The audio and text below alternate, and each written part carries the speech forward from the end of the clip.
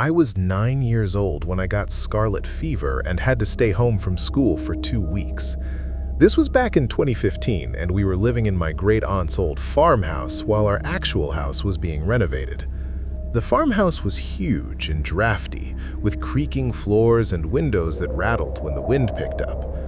My mom set me up in a small bedroom on the second floor because it was closest to the bathroom, and she could check on me easily. The fever made everything feel strange. Colors seemed brighter, sounds were muffled and distant. I'd drift in and out of sleep at random times, never quite sure if I was awake or dreaming. One afternoon, I woke up from a nap feeling disoriented. The room was dim. Gray light filtered through the thin curtains. My mouth was dry and my head felt heavy, like it was full of cotton. I turned over in bed, and that's when I saw her. A little girl was standing in the corner of the room near the closet. She looked about my age, maybe younger.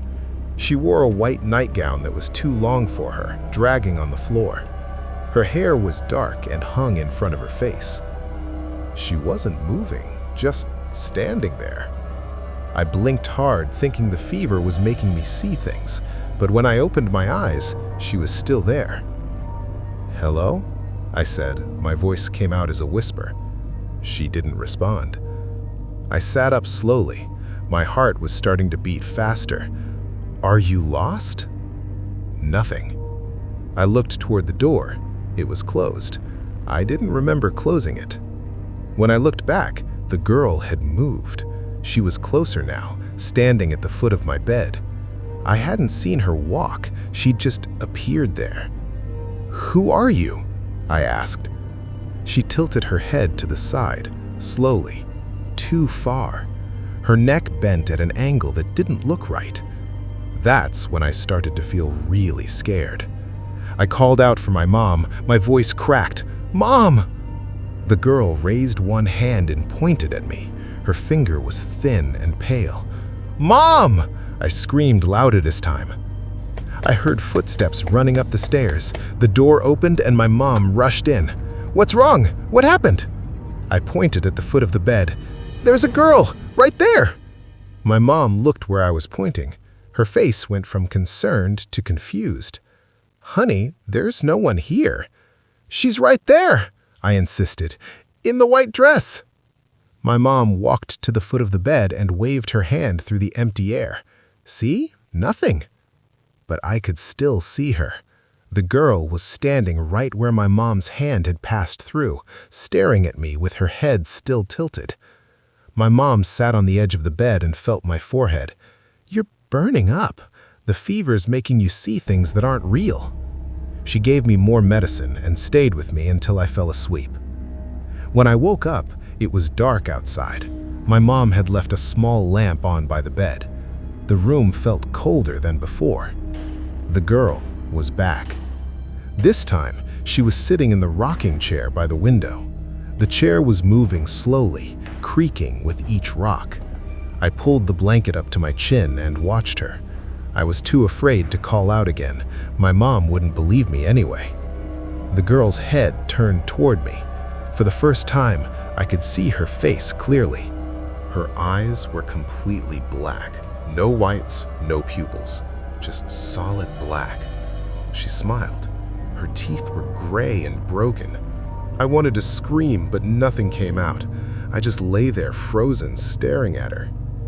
She stood up from the chair and walked toward my bed. Each step was slow and deliberate. The floorboards didn't creak under her feet. She reached the side of my bed and leaned down close to my face. I could smell something rotten, like meat left out in the sun. "You can see me," she whispered. Her voice sounded wrong, like two voices speaking at once. I nodded, too terrified to do anything else. "Good," she said. "Then you can play with me." She reached out and touched my hand. Her fingers were ice cold. I yanked my hand back and rolled out of bed on the other side.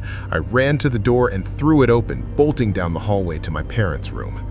My dad was half asleep when I burst in. "What's going on?" "There's a girl in my room," I sobbed. "She touched me." My parents exchanged looks. My dad got up and walked with me back to my room. He turned on all the lights. The room was empty. The rocking chair was still. The closet door was closed. "See?" he said gently. "Nothing here. It's just the fever." But when I looked at my hand, the one she'd touched, there was a mark. A small handprint, pale white against my skin, ice cold to the touch. My dad saw it too. His expression changed. "How did you get this?" he asked quietly. "She touched me," I said. My parents didn't let me sleep in that room again. They moved me downstairs to the living room couch. My dad slept in the armchair next to me every night until my fever broke. We never talked about what happened, but years later I asked my great aunt about the farmhouse, if anyone had died there. She got quiet for a long time. Then she told me. A little girl had lived in the house back in the 1950s. She'd gotten sick with scarlet fever. She died in the upstairs bedroom, the same room where I'd been staying. Last summer, I rented a cabin in the mountains for a week to finish writing my thesis. I needed complete isolation. No roommates, no distractions, just me and my laptop. I found the place on a rental website. It was cheap, remote, and available immediately. Perfect. The drive took 3 hours on winding mountain roads. The cabin sat at the end of a dirt path surrounded by dense pine forest. No other buildings in sight. No cell service. The owner had left the key under the mat with a note. "Enjoy your stay. Firewood out back. Nearest town is 40 minutes south if you need anything." Inside, the cabin was small but clean. One main room with a kitchenette, a bedroom, and a bathroom. Large windows looked out into the trees. I unpacked, made dinner, and settled in to work. The first 2 days were productive. I wrote more than I had in weeks. The silence was exactly what I needed. On the third night, something changed. I was working late, around 11 p.m., when I heard a car engine. I looked out the window but couldn't see any headlights. The sound got closer, then stopped. I waited, listening. Nothing. I went back to my laptop, figuring someone had gotten lost and turned around. 20 minutes later, I heard footsteps on the porch. Heavy boots, slow and deliberate. I froze. My heart started pounding. The footsteps circled the cabin, around the front, along the side, to the back. Then they stopped near the kitchen window. I crept over and peeked through the curtain. I couldn't see anyone. It was too dark. Then a face appeared on the other side of the glass. A man's face pressed close to the window, staring directly at me. I jumped back and screamed. He didn't move, just stood there, watching. I grabbed my phone. No signal. I looked for the landline the owner had mentioned. It was dead. The cord had been cut. I ran to the bedroom and locked the door. My laptop was still in the main room, but I didn't care. I just needed to get away from the windows. I heard glass breaking in the kitchen. He was coming inside. I looked around frantically. The bedroom had one small window. I opened it and climbed out, dropping onto the dirt below. I ran into the woods without looking back. The forest was pitch black. I couldn't see more than a few feet ahead. Branches scratched my face and arms. I kept running, stumbling over roots and rocks. Behind me, I heard him crashing through the trees. He was following.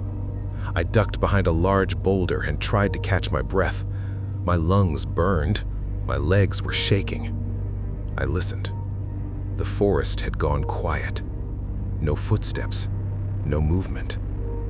I waited there for what felt like hours, too terrified to move. Eventually, I saw flashlight beams in the distance, voices calling out. "Hello? Anyone out here?"